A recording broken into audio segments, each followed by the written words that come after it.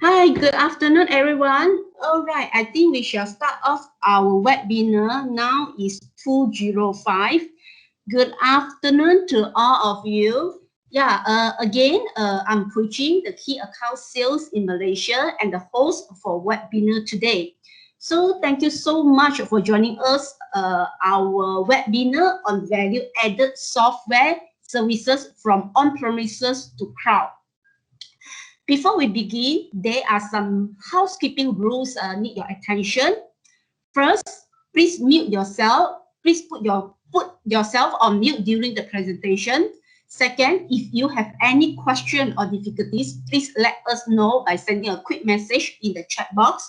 We shall assist you as much as we can. The last one is you may put yourself on unmute during Q&A section if you have any question. All right, without further ado, let's get started. Microsoft Embedded OS, we often face many common questions such as what are the differences between Microsoft Windows 10 Pro versus Microsoft Windows 10 Iot Enterprise, and whether it is compatible to our current existing software application.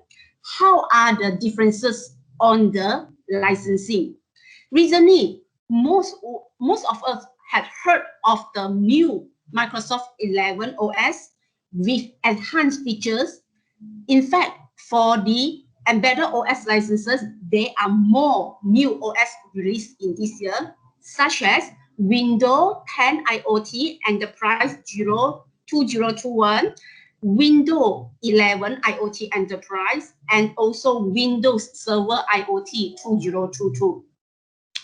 So today, we shall cover all these latest developments and also address commonly asked questions. Beyond Microsoft, we also shall covering Mcafee and Acronis too. Mcafee is a premium anti-malware and also virus switch with a wide range of security features that can protect your data. Mcafee protects you from virus, malware, via two approaches. First one is blacklisting. This means it's a traditional antivirus software approach. The other one is called whitelisting.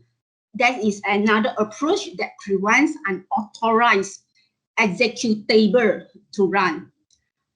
Moreover, to prevent data loss after a crash by backing up your data is also one of the most important elements in protecting your data. Acronis provides a quick, effective, and easy to operate backup and recovery solution.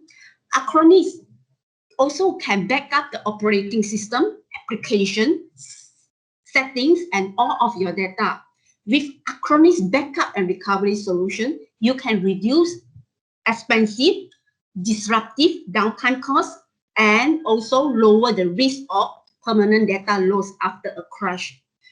All right, so today it's my honor to introduce you two speakers, Mr. Edwin and also Mr. Maverick Huang, who will be sharing about the one-stop device to cloud solution, Microsoft Mcafee and also Acronis. So first of all, I would like to call upon Mr. Edwin, the ASEAN Regional Sales Manager who based in Advantech, Singapore, to share more on Windows license.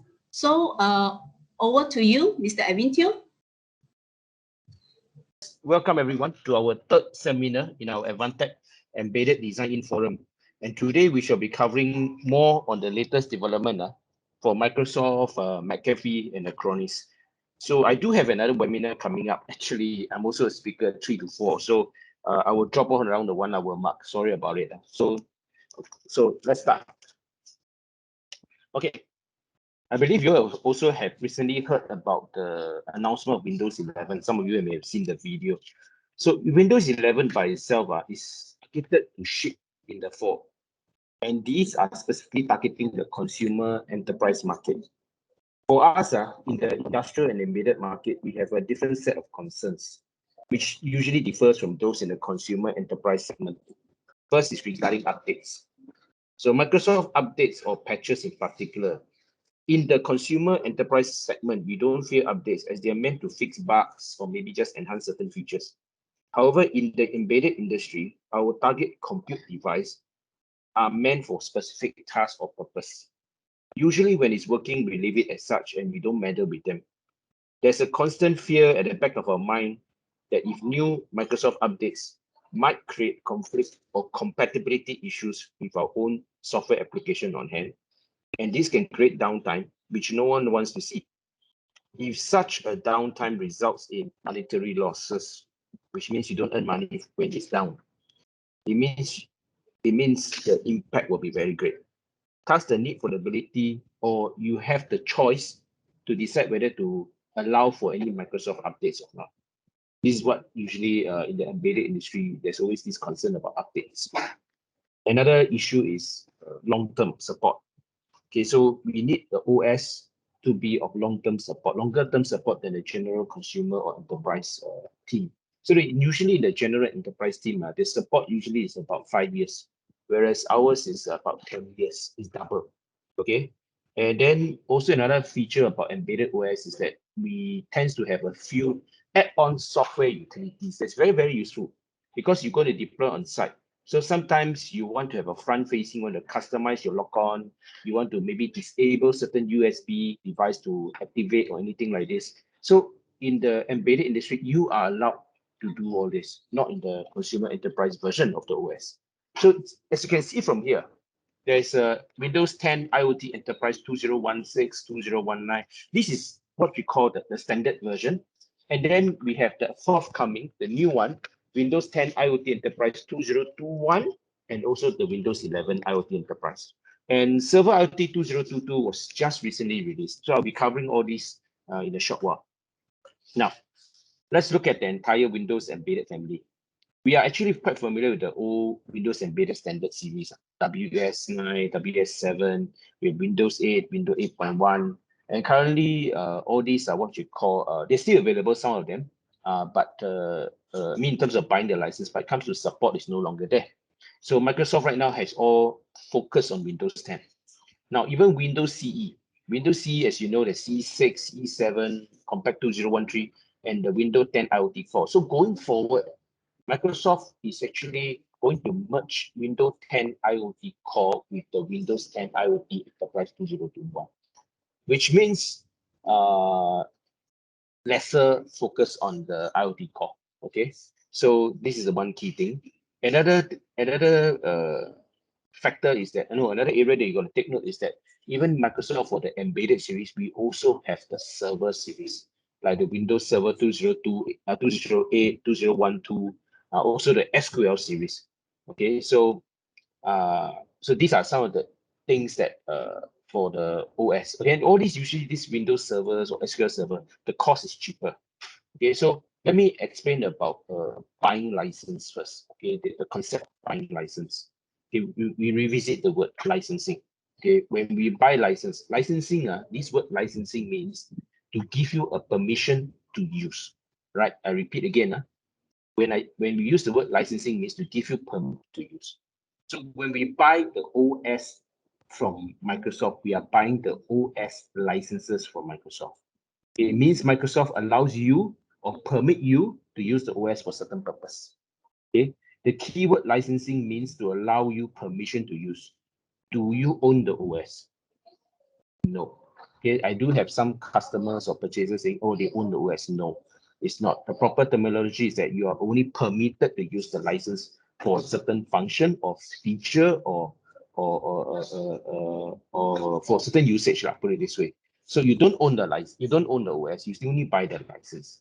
Okay, so the ownership of the OS is still lies with Microsoft. Okay, so sometimes, so for the embedded licensing, let me explain. When you buy a general or enterprise or consumer license, it's usually for general purpose use. Okay, for embedded licensing, it is for dedicated purpose use. That means you use it first. Let's say, for example, I'm using for signage use, for life science equipment, for robots, for AMR, for surveillance, for AI. You use it for a specific purpose, then it's considered an embedded license. So this is how Microsoft licensed the embedded OS. Okay, so Just bear that in mind. Now let's start with the Windows 10 IoT Enterprise. Okay, this 2015, not many users. Basically, it's 2016 or 2019. Okay, and these two are the current mainstay. And if you look at Windows 10 IoT Enterprise, like I mentioned, there are two types. There's the core, which is usually for the ARM base, and there's also the enterprise, that is the desktop version or desktop equivalent, and the most commonly used one. So a common question: what's the difference between Windows 10 Pro and IoT Enterprise? This is a very common question that I often hear from many customers.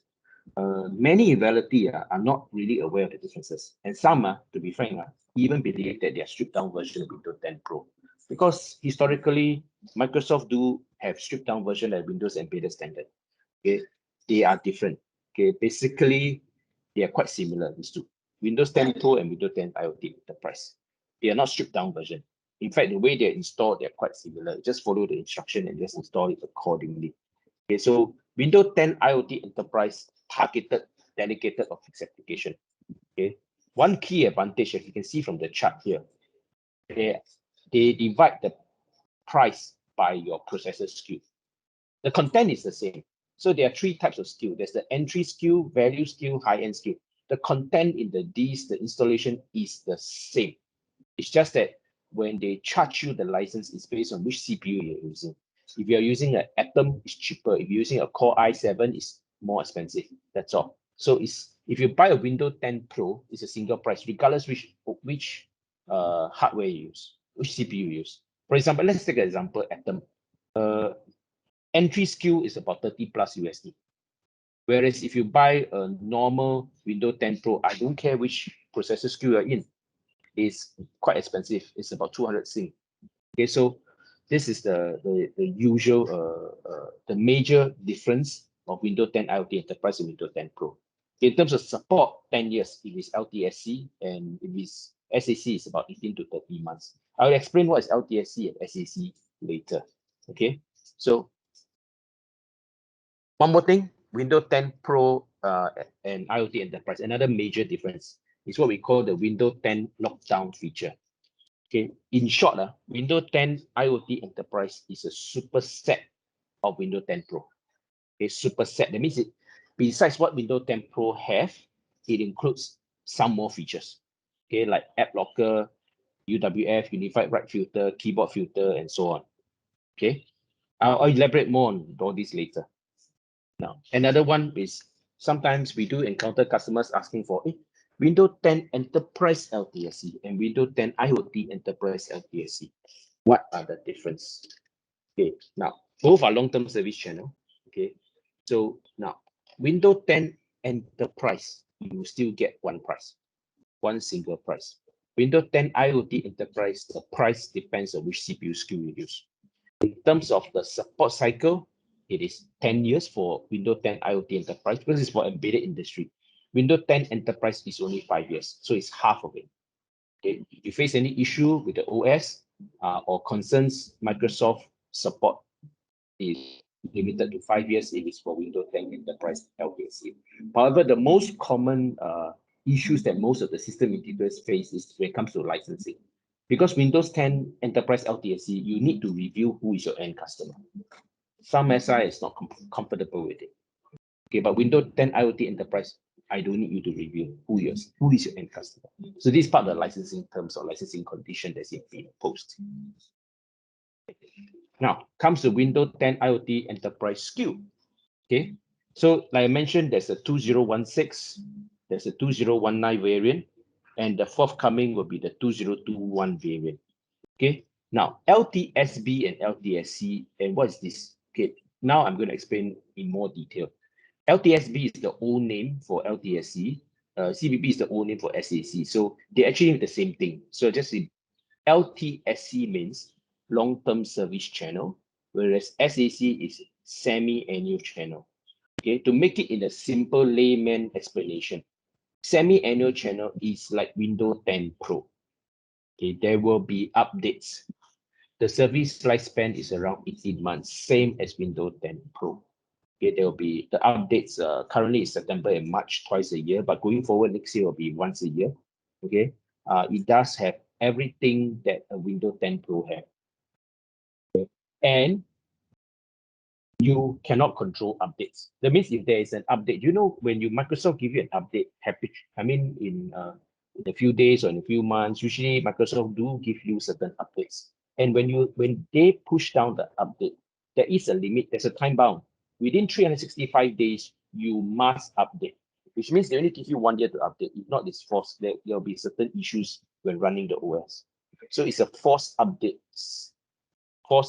concept. So once there's a forced update, many SI have concerns because if they deploy, let's say I have 200 kiosks running around the whole island in Singapore or maybe certain areas. Once there's an update, it may crash the system, and then all my 200 kiosks are in trouble. So semi-annual channel is something to be avoided if you are really using it for embedded application, you fear updates. So this one allows updates. Okay, what's the advantage compared to Windows 10 Pro? Semi-annual channel, similarly, the price based on which CPU skill you use, right? So in a way, it's cheaper also, and you get the same features with Windows 10 Pro. Long-term service channel, okay? The support is far longer, 10 years. There's updates usually about twice. No, so not twice, I mean once in 2 years or something, and you can decide whether you want to update or not. You have the liberty to decide. So this is something which many SI desire. So usually, most customers goes for LTS, long-term service channel. Okay. In terms of browser, it only has IE11. It doesn't have Edge. Okay. And they remove certain apps that is not commonly used, like Cortana, Windows Store client, or mail calendar. Because typically in the embedded industry, you don't use this. You only use this in the consumer industry. So all these features are removed. Okay. Now, so if you look at this is a very quick look back at all the updates and what are the key enhancements that you can see, what are the new features. Okay, so one thing to take note when you select between SAC and LTSC.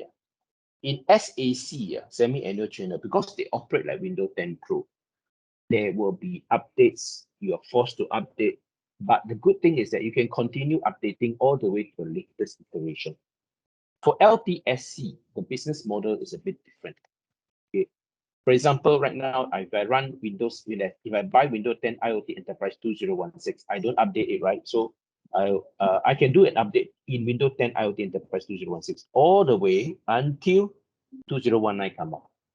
So if 2019, you want updates beyond 2019, you need to buy new licenses. There's no upgrade license, you have to buy new licenses. Okay, so do take note, 2016, if you have 2016 LTSC, you want to upgrade to 2019, you have to buy new licenses of 2019. Basically the same price. Then if 2021, it's the same situation. Okay, so this is the way Microsoft charge for their licensing. Because typically when you use the LTSC, you don't usually change so much. So that's the rationale behind. Okay. Now, just now I mentioned about entry, value, and high end. Okay, so as I mentioned, the content are the same, but Microsoft charges you based on which processor you are going to use. So entry level are typically for the Atom series, if it's an Intel. If it's and value series is usually for the Core i and i5, i3, i5. If it's the high-end series, it's the i7, i9, or rest of Xeon. The value series, certain Atom or certain Xeon, what you call the workstation Xeon, is part under value series. Okay, as you also can see the AMD equivalent here. Okay, so this is the updated chart. So how it works, assuming I buy an entry level, if I'm using an Atom, I can use any, because Atom, obviously it doesn't make sense for you to buy the more expensive license, but you will run. So if I were to have a Core i7 or Xeon, I need to buy the high-end version. Okay. Now, do take note when installing the OS, this is just a word of caution. When installing the OS shall always check your BIOS CPU ID. Okay. If it doesn't tally with the license you bought, it won't use. So let's say, for example, I buy an entry-level license, it's cheaper, but I install on the Core i7, which I'm supposed to buy a high-end. I try to use this, install on the Core i7. Once the OS installed, they will check your BIOS CPU ID. It doesn't tell it, it doesn't run. So no cheating. There's no way to sidestep this. So please buy the correct license accordingly. Okay. Now, activation key. This one, activation key, actually, there are two types. Either a PKEA, product key application, or the embedded product key application. So PKEA is what we call the standard type, that you have the product key, the CD key already there, stated in the sticker. ePKEA is usually more like volume licensing. We have an MOQ about 100 to purchase this. It's a very small size sticker. The product key, because it's very small size, the product key is not stated there. So when you buy a Microsoft embedded license, you will definitely sign a CLA, client licensing agreement. So in the client licensing agreement process, there will be a designated person in your company that will receive the keys. The keys will be sent by email. And you can use this key, single key, for certain volume. Okay, so this is what we call the ePKEA key. Okay, if you want to have what we call a volume key, but there is usually tendency to abuse that. So there's an MOQ about 100 when we sell the ePKEA. Now, here is a very simple chart, a guide of how to select which one. Do you want a semi-annual channel or LTSC for your OS? So say if I need Cortana, Edge, or Windows Store, means I have to go for SAC because it's like Windows 10 Pro. In LTSC, they remove it. Does your device need OS version upgrade? If your customer or your device need OS version upgrade, then use SAC. The LTSC don't allow you to upgrade all the way. Do you need 10 years technical support without OS version upgrade? Yes, go for LTSC because it's longer. SAC is about 18 months to 30 months.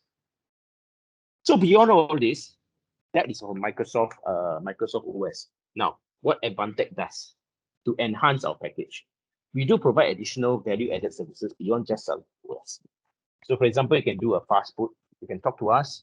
We can also adjust. We work with the BIOS and the OS to enable your system for a faster boot up time. We reduce OS footprint even further by removing further functionality. You can also ask for it. And then one key advantage when you procure license with our hardware is our embedded lockdown tools or lockdown utility. This is very, very useful. Okay, let me explain why. Okay. First, as indicated earlier, Microsoft Windows 10 IoT Enterprise is a superset. Like I mentioned earlier, wait, let me see the slide. Okay. It's a superset of Windows 10 Core. So it includes several embedded enabling features. The default, usually how people use it is that they have to memorize command. It's easy in the command prompt, you have to memorize the command to activate the function. So now, in order to make life simpler, make life easier, we create a GUI, a graphical user interface. Makes it easier for you to set or do all your setting and your commands. Okay, so it only works with the LTSC variant. So what are the Windows 10 lockdown features? That is add-on, like I mentioned previously, is add-on. Windows 10 Pro don't have all these features. Okay, so first, UWF, Unified Write Filter. Actually, Unified Write Filter is actually a very optional feature. It helps protect your drive by intercepting and redirecting any writes to the drive, be it app installation, setting changes, or save data. Actually, all these things are instead of writing straight to the drive, you write to a virtual overlay, usually the RAM overlay. Okay, so this virtual overlay is a temporary location that is usually cleared during a reboot or when the guest user logs off. So who uses this?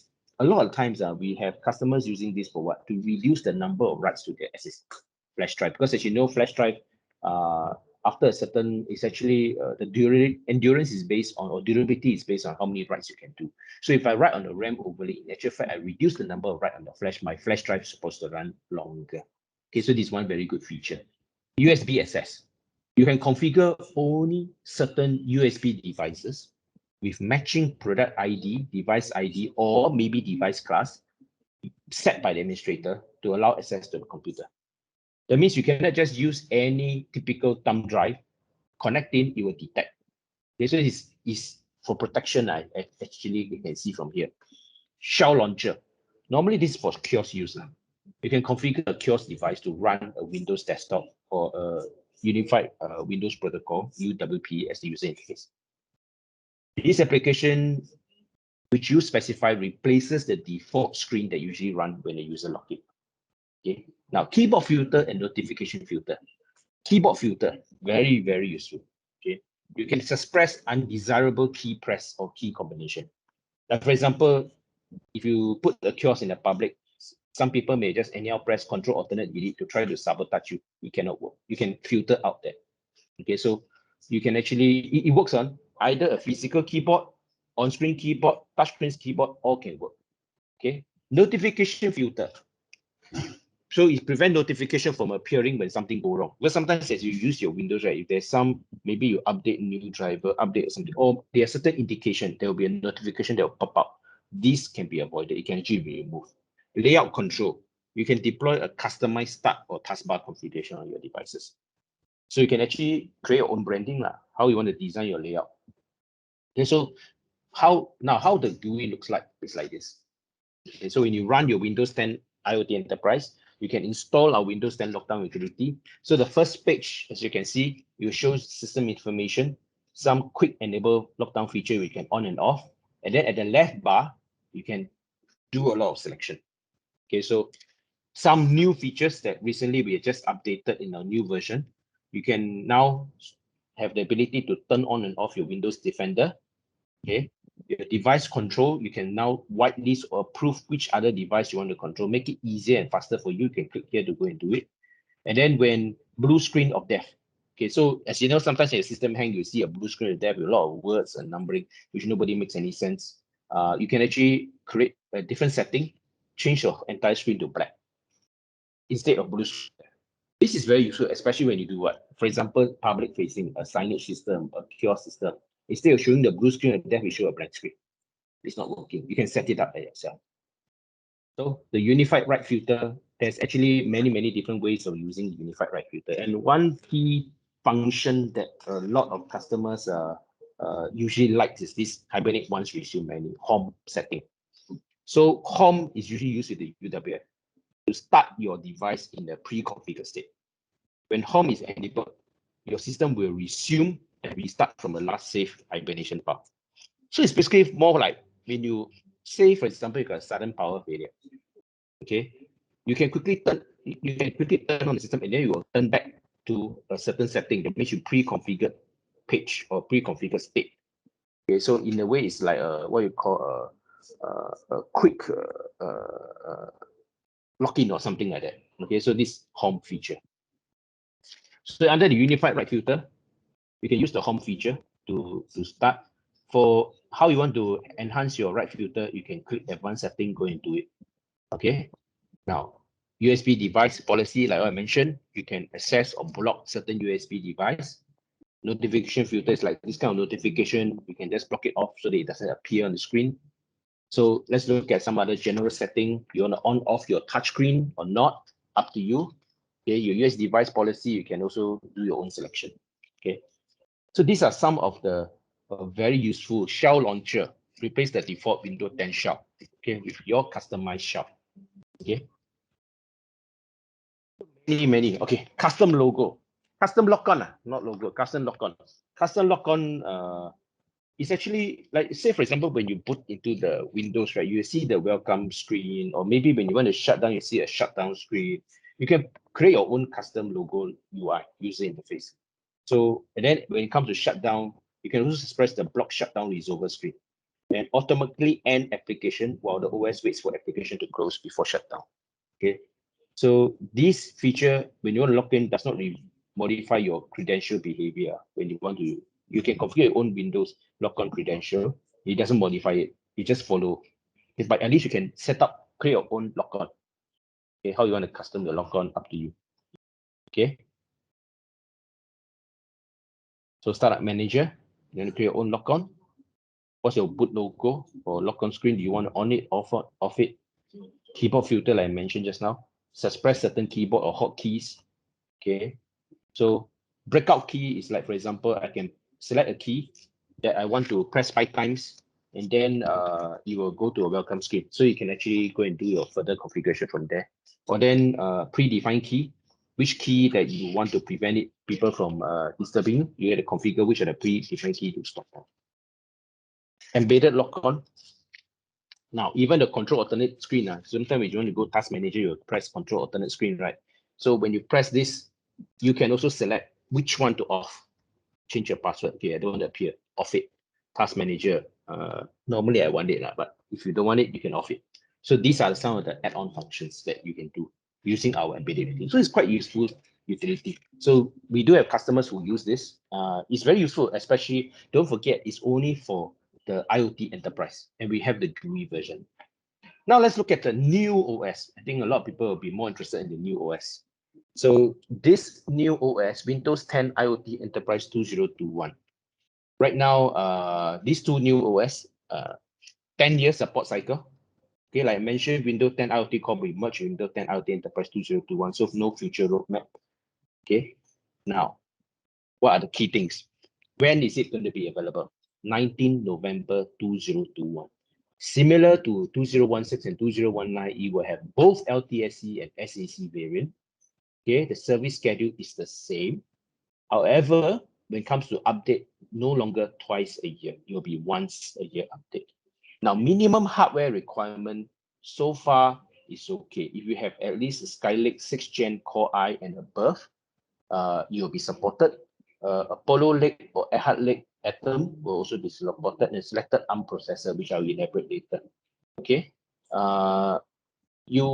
If you need to try it out, let us know. We do have a test release that you can try out. Okay. Now, memory 2 gig, 64-bit, because right now they do not support 32-bit, just for information, and 16 gig storage. Now, previously, the Windows 10 IoT Enterprise 2019, you need at least 20 plus gig of OS footprint. For this one, it's even further reduced to 16 gig. Okay, but as you know, you go out, you buy you buy the flash drive, it doesn't come with 20 gig. It only comes either 16 gig or 32 gig. That means you have to buy 32 gig for the previous Windows 10 IoT Enterprise 2019. But for the 2021, we have a smaller size. Okay. So ARM, one new thing. Okay, ARM, Windows 10 IoT Enterprise can also run on ARM, but selected ARM. Qualcomm Snapdragon 850. General availability. GA means general availability, means ready. We do have our DMS MOD Q100 industrial tablet that's based on this. You can run Windows 10 IoT Enterprise. No limitation. NXP, the general availability target will be late 2021, Q4. Currently, we do have boards that has been ported over Windows 10 IoT Enterprise 2021. Okay, now currently it's only IMX 8M. If future they want to do it on the mini, the nano, the plus, whatever, NXP have not decided. It depends on customer demand. Okay, just to take note. So it can run. Next, Windows 10 IoT Enterprise 2021. What are the other enhancement? So you saw this part. I'll explain in the next slide. So lower BOM cost, like I mentioned, is 16 gig, or storage is 2 gig RAM. If you want to reduce the image even further, you can choose which part to remove. Okay. Then right now you can also do device update through a device update center service. That means you can actually publish an OEM custom package, OCP, to the Windows Update Cloud, and then push down the updates. Make it easier for you for Windows 10 IoT Enterprise 2021. Now, Azure IoT Edge for Linux on Windows is a mouthful. So I explain in a more simpler concept. Okay, so what's this Azure IoT Edge for Linux on Windows? Okay, so this one actually allows you to run containerized Linux workload alongside your Windows app. Basically, it's Linux and Windows. You can run both at the same time. Okay, in short, you can actually rely on Windows IoT. That means, for example, if your Edge device is a Windows IoT OS based system, you can take advantage of cloud native analytics solution built on Linux platform. So how does this work? You're running a Linux VM, like a VM on a Windows device. So this Linux VM come pre-installed with IoT Edge, Microsoft IoT Edge runtime. So any IoT Edge module deployed to the device runs inside the VM. Okay, so as in the meantime, your Windows application running in a Windows host can also communicate with a module running on the VM. So basically, you're running both. Okay, but the Linux is on a VM mode, okay, or containerized mode. So you have a lot of modules that you can add on if you want. These are some of the capabilities, and there are some more modules from third party. Okay, now one new key feature: dual focus touch and input. Okay, you can see from the picture here, very interesting one. This is something which a lot of people have been coming for, which is a dual touchscreen. So for example, I have the employee, or I have the public, or maybe I'm at a cashier. Okay, so I have my own touchscreen. The customer also have their own touchscreen. You can have, based on the touch filter, you can write your own touch filter, and then you can both activate at the same time.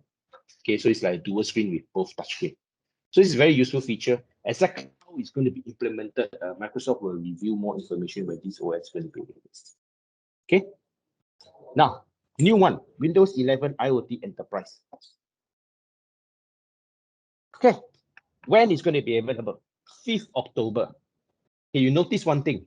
Just like I mentioned, Windows 10 IoT Enterprise 2021, its release date is 19 November. Windows 11 is on 5th October, which means Windows 11 IoT Enterprise will be released first, then Windows 10 IoT Enterprise. Actually, it's a bit weird, but come to think of it, the reasoning is quite simple. Windows 11 is about at the time, Windows 11 Pro will be at that time to be released.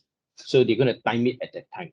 However, to time it at that time, is only SAC is available. There's no LTSC version for Windows 11 IoT Enterprise. At the moment, there is none. At the moment, there's none. But LTSC will, there are plans for LTSC to be available. It might be later. It might be end of next year. It might be in 2023. We are not so sure. Information is still scarce. Okay. Now, similar to Windows 10 IoT Enterprise 2021, updates is only one time per year. So going forward, all updates will be one time per year. Now, one key thing that you need to take care of is the minimum hardware requirement. There's a lot more minimum hardware requirement for Windows 11. Okay, it follows the Windows 11 Pro requirement.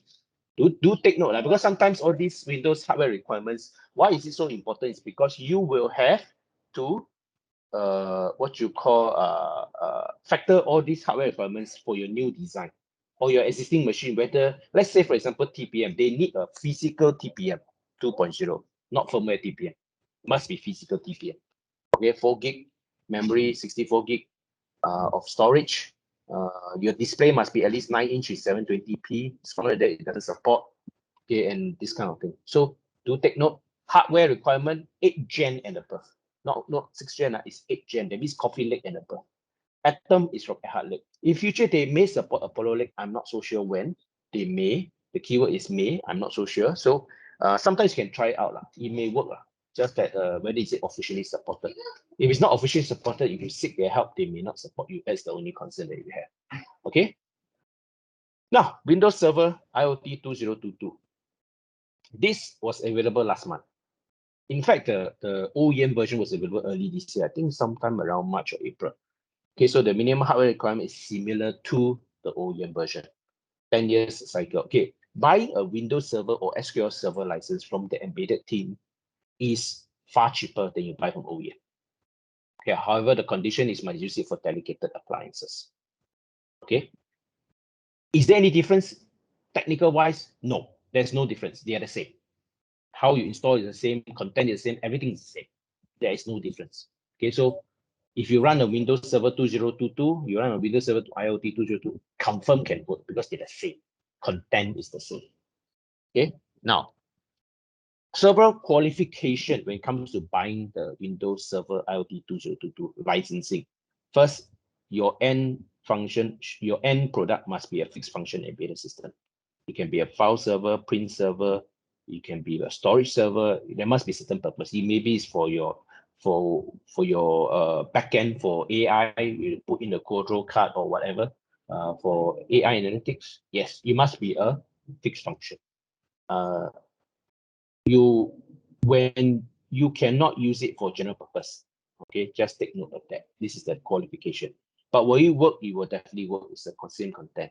Now, licensing scheme has been changed to only license based on physical core. Okay, all physical core of a server must be licensed. Okay, Now, if you say you have a 4-core processor, you still need to buy 8-core. Minimum is 8-core. Okay, for per processor, 16-core required per server, even if they have fewer core. Okay, this is assuming you got two processor lah. Okay. After all cores have been licensed, a customer obtain rights to run virtual machine as follow this. So if you exceed this number of virtual machine, you need to buy the virtual machine licenses. Okay, take note. Now, the difference in terms of server IoT 2022 offering. So it depends on what you're going to use it for. Either use it for standard data center, storage center, storage workshop, or telecommunication. There is no more essential. Okay, there is no more essential for Windows Server IoT 2022. Okay, so do take note. Now, my last slide, Windows Server IoT 2022 new features. What are the key new features? Actually, you can separate them into three. There's more on security, more hybrid cloud support, now even supporting Azure Arc, okay, and containerization. So basically, if you notice the trend, Windows Server IoT 2019 was the first server OS that really start to go into more tighter integration with the cloud. So Server IoT 2022 add more new features. So basically, in terms of security, it's a more secured version. You can leverage your TPM. So it doesn't mean that you need TPM 2.0. It's just if you want to use some of the functions, you have to have 2.0, TPM 2.0. More added security when you send your data. So you can encrypt your data in more format. Okay. One key thing for hybrid cloud, you can use Azure Arc, which means you can manage your entire cloud. Doesn't mean just Azure. It can be AWS and other cloud. It basically is like you can control from there. You can manage it. You have what you call a better Windows Admin Center, okay, which more new features. You have event viewer, custom gate tools, and all this. And also one more thing is SMB compression, which means you can actually compress your file. When you transfer your file, you can actually compress it even better, so that your download time also increase, everything also move up faster. Okay, so it's using you can take Windows Server IoT 2022 to give you more flexibility, give you more tools to manage your hybrid cloud. Because currently, right now, as you know, most people comes to server architecture do use the cloud for more resources. Containerization, even better, more tightly controlled. Better support for Kubernetes and also AKS, Azure Kubernetes services. Okay, and then you can also support up to 48 terabyte of memory, 2048 logical core. Take it like 64 processors. So it can actually go very big. Okay, so this is some of the additional enhanced feature of Windows Server IoT 2022. Okay, so I come to the end of my slides. So hopefully you have a good overview about the Windows latest updates on all the three, Windows 10 IoT 2021, 11, or 2022 server. So if you have any questions, do send me an email. I'll be logging out in about 10 minutes time. Maverick is will be covering on Mcafee and also Acronis. Do listen to what he has, because we do have many add-on function, or I would say at Mcafee and Acronis, when we get them is because like insurance. I would say it's like insurance. Mcafee, obviously you worry about virus attack, malware attack. Acronis, you worry about a crash and you need to recover it fast. So over to you, Maverick. Let me unshare mine. Okay, good afternoon, everyone. My name is Maverick. I'm a senior application engineer in Advantech, Singapore. So I'll be sharing on about our Mcafee security solution and Acronis solution. So Advantech have been working for some time with them, both Mcafee and Acronis, for quite a few years already in terms of the embedded offerings. So, okay, for our Mcafee embedded security, they are broken into three separate solutions shown here. So, first is the whitelisting solution. The next is Mcafee device control, and the last one is cloud workload security. I'll explain in details later because they are being broken into several different SKUs that we are actually pushing for. So I believe some of you have already heard what whitelisting is. So basically this whitelisting solution, I'll share with you is what is it meant to do compared to blacklisting. So how does whitelisting differ from blacklisting in terms of stopping known threats like worms, viruses? Is that it actually you have to do a scan of all your binary executables and whitelist them. So only these particular binary executables can be executed on your PC or your computer or your gateway whatsoever. So for the typical blacklisting is like your typical virus software, like Mcafee Endpoint 10. They have to be scanning every time and utilizing your CPU functions to keep scanning on what's being opened in your memory or in your drive. So that one is like some form of active scanning. So for blacklisting, it needs CPU. So there's an overhead. But for whitelisting, right, before you can execute, I already block you. Anything that is brand new, you will not be able to execute. So this is what I have been saying that about how whitelisting works. So it's actually the application control is the whitelisting function of the Mcafee security. So basically any form of binary executable needs to be scanned for once. After that, whitelisted. And after that, when you enable it, any new executable that is introduced to the system will not be able to be executed. That's how it protects your system. So this particular whitelisting solution is broken into 3 different categories as shown. One is application control, where this is the one that actually does the whitelisting function and prevents those unknown executables from executing. And change control. This is actually defines who have the access or what have the access rights to a particular file or folder or functions of your computer. So it prevents any form of changes to them that is not within the system's policy to do changes.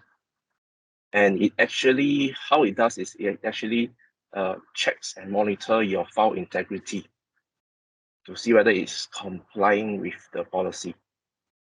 The next is actually the e-policy Orchestra. Actually, this is a web user interface that allows you to control almost every Mcafee product that they have. So it's like a centralized server with web control, and you can actually see dashboard, everything there, centralized management of all your Mcafee products. So it is also allow you to generate performance and compliance report automatically. So we also have Advantech. We have developed this particular utility that actually controls the Mcafee application control. So traditionally, or actually, Mcafee application control, you can only use command to do whitelisting, protection, etc.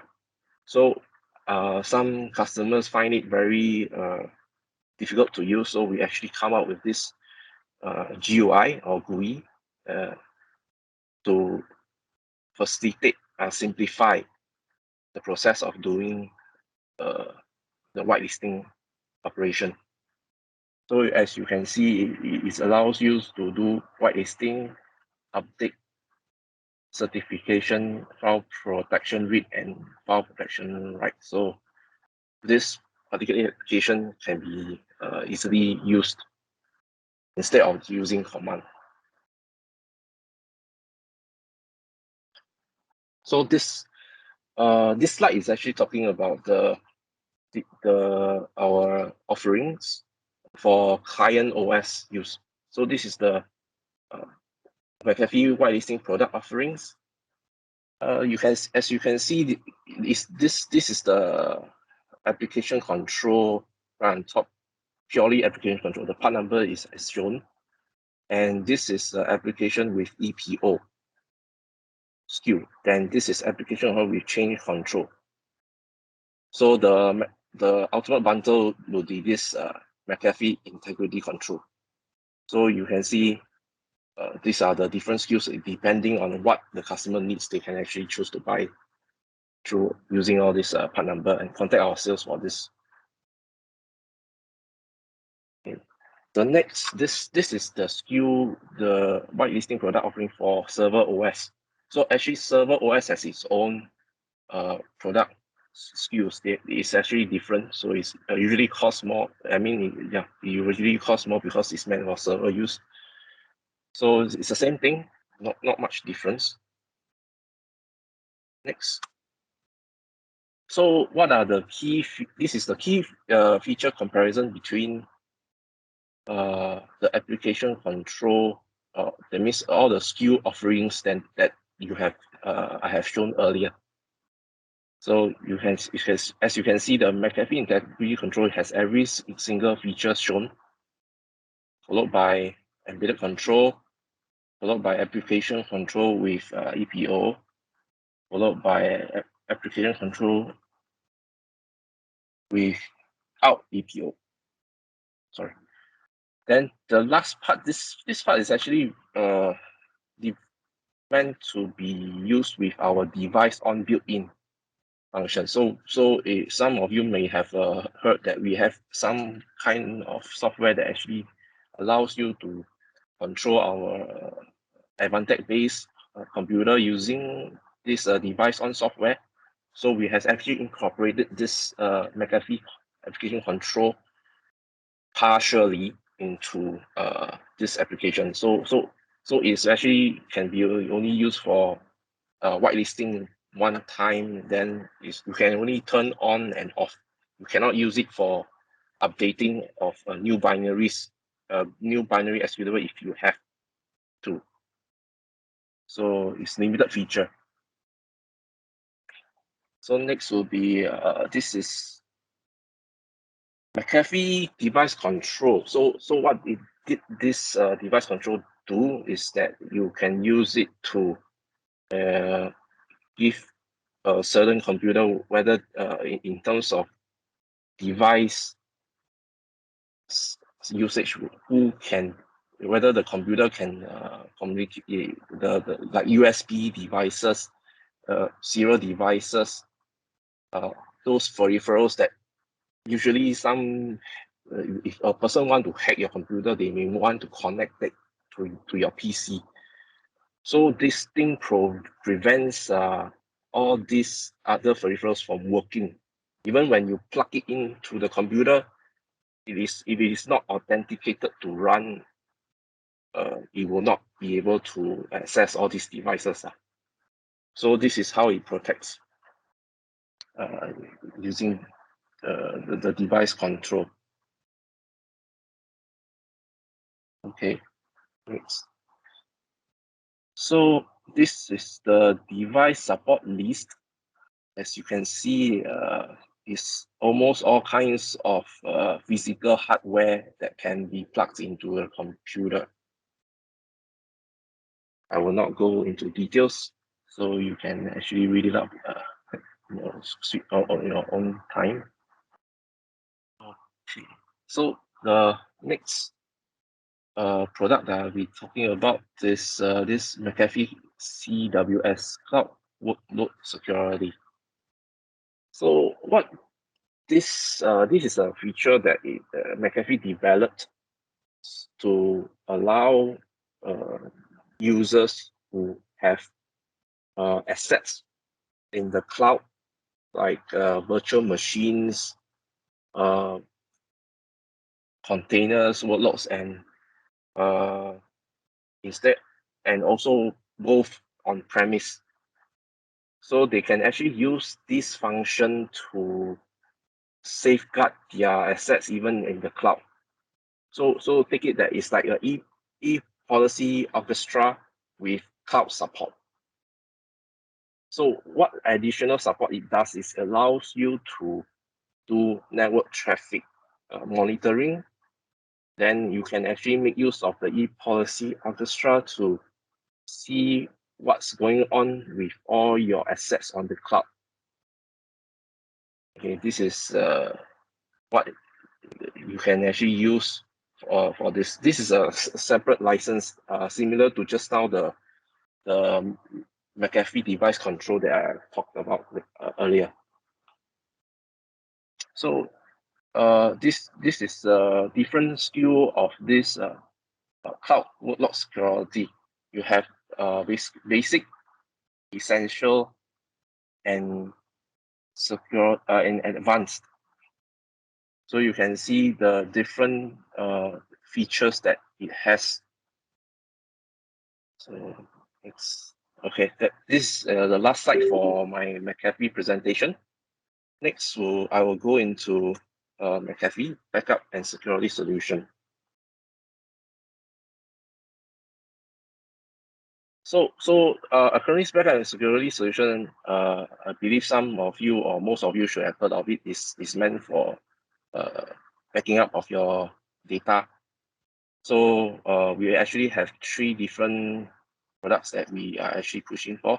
One is Acronis True Image OEM.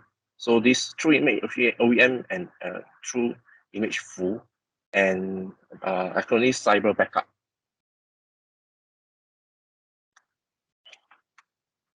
So this chart actually tells you what are the type of what are the targeted customer that you should be looking at in terms of this product offerings.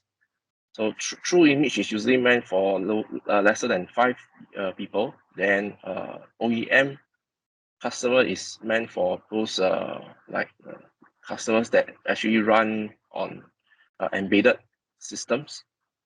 Then cyber backup is more for enterprise use, so you have actually more than 5 people. So you can actually read up on the key features later on. Since I'm actually running low on time. So next, I'll be talking this one I'll be talking about is the True Image itself. So these are actually the features that it covers. It covers everything: mobile backup, cloud backup, remote backup, and archiving. Acronis also have this survival kit for USB flash drive, where you can actually create a form of recovery flash drive. You can use it to recover your OS data, etc. So this is you can use it. You can use the Acronis True Image to create this particular USB drive. So Acronis True Image OEM version, we have 4 different SKUs being featured here. So it's a True Image HD, True Image Personal, and True Image Data Protection, and True Image for Windows Server OEM. So later on, I will touch on what are the differences that they actually have. It's easier later. So these are the features of True Image HD. It's based on True Image, support Windows 10. It has an active cloning feature and full disk backup only, incremental and differential. So this is the features for True Image Personal, primarily used by PC manufacturers and system builders. So it does not have scheduling or backup encryption function.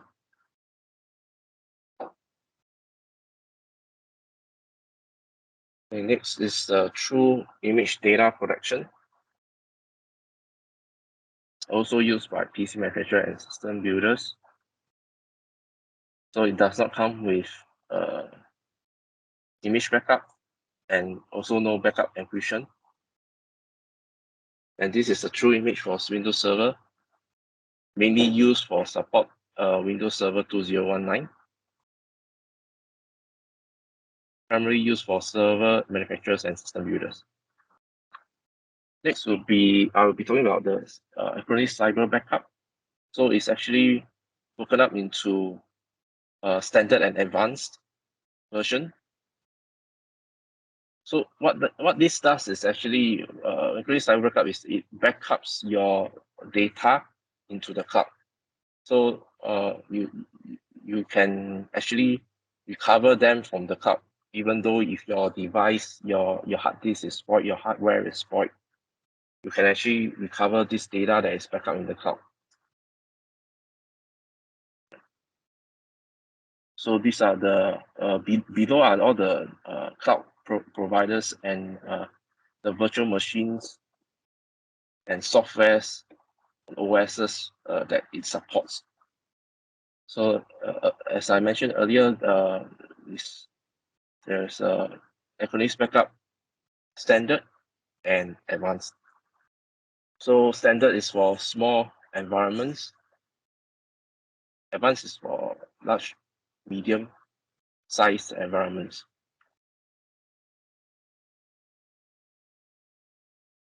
These are the main backup features. So for business production, you can see it actually supports a lot of enterprise-based OS and services right here. So it provides fast recovery, flexible storage options,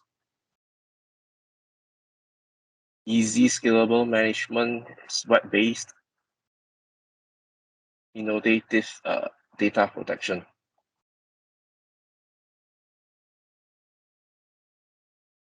So this is actually saying how the backup is being done. This one is it protects you against ransomware. So how it protects is it actually has a checking client actually running in the background. So it actually checks whether there is any form of weird like a lot of rename, because ransomware, if you have heard of it, it actually encrypts all your files and rename it to something else. So based on all this behavior, right, it is able to track and see which whether the computer is being infected or by ransomware, and do a necessary backup and stop it from further damaging your data.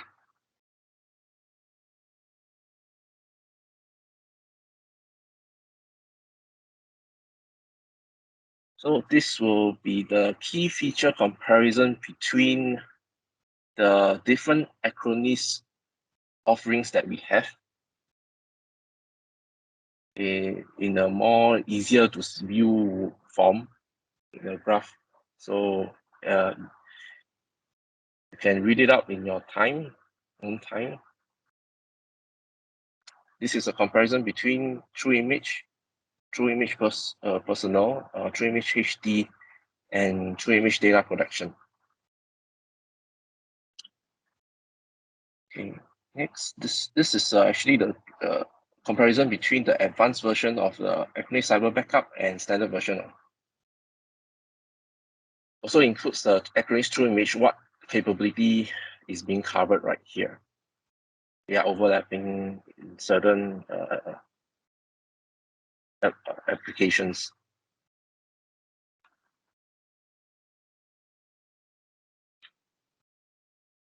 So this is the version for the server backup in comparison with the server backup. Mainly is the difference in locations, how many location or destination backup you can actually have.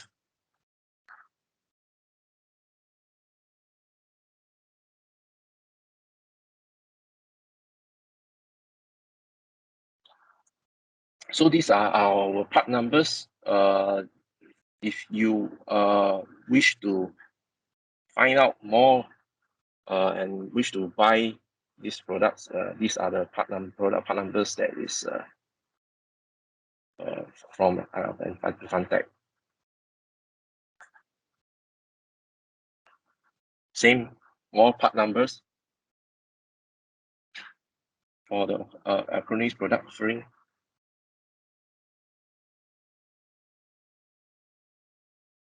Okay, so this is my last slide.